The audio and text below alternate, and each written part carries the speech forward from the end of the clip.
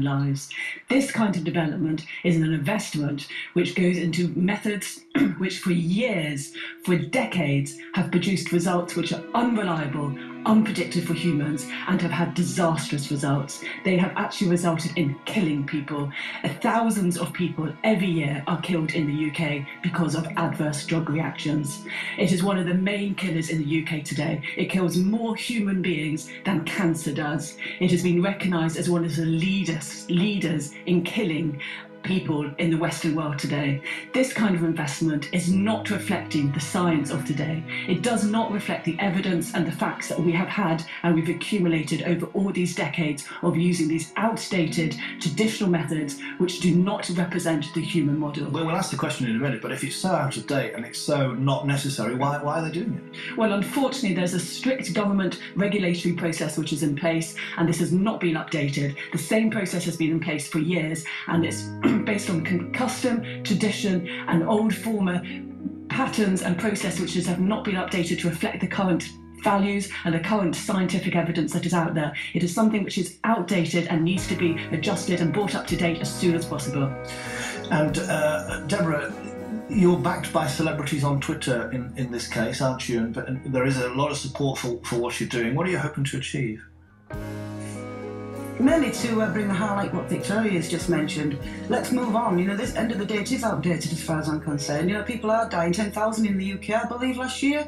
There's 200,000 people died in the EU. End of the day, how much money is also spent with the NHS? This is something that is killing people too. I mean, animals don't deserve to go through procedures. Right now, these animals in cages with poisons dripping from their mouths and things being injected into their brains. You know, these are like 3.5 million animals currently being tested on in the UK. You know, at the end of the day, it's what is it achieving? In 150 years of animal experience, what have we achieved? People are getting worse, people are getting cancer, things are growing, we're not reducing anything. Plus the government wants to reduce animal testing, eventually go on to these other methods that are available, but we just need to wake up, let's think about what's around us, push forward for the rights of the people and life in general. We should respect life. We're just taking everything from life, we're not putting anything back. People are suffering, we need to move forward, and now's the time. Dr. Sebastien Faunard is a scientific expert with the Dr. Horton Trust promoting alternatives to using animals in medical research. Has been listening into that and he's on the phone now. What do you make of what you've heard, Doctor, today? Good morning. I think the point has been well brought up by Vic and Debbie. I think the main thing is that for a lot of people it still remains an ethical debate, but I think nowadays things have changed a lot and it's now become the scientific argument is very, very strongly in favor of replacing animals. At the Dr. Hadman Trust, which is a medical research charity, we promote and fund. In fact, we've been funding projects for 40 years. We've been funding over 140 projects which are specifically targeting replacing the use of animal by more advanced, more human relevant and more successful techniques. When we look at the problem with the beagle factory, in fact, although it's already something which is quite important, we have to know that up to 3,700 beagles were used last year, which is over 10 beagles a day.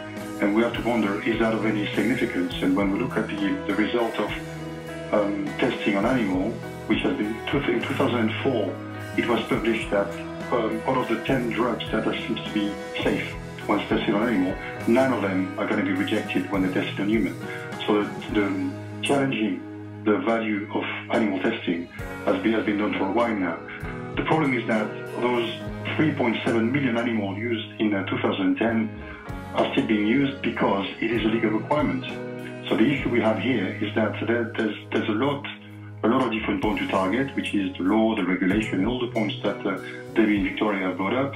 But the first thing to do to convince all the politicians and all the stakeholders that this has to be replaced is really to show that all these replacement is actually into place. So for the time being, we have promoted, us and some other people have really promoted and helped to develop replacement methods. Some of them are into place, some of them have to be implemented, and of course, far more has to be done to develop some more. But it is a really, really important case to grab this bigger issue to illustrate that the problem is far deeper than that. Thank you very much for joining us today, Dr. Sebastien Faunard.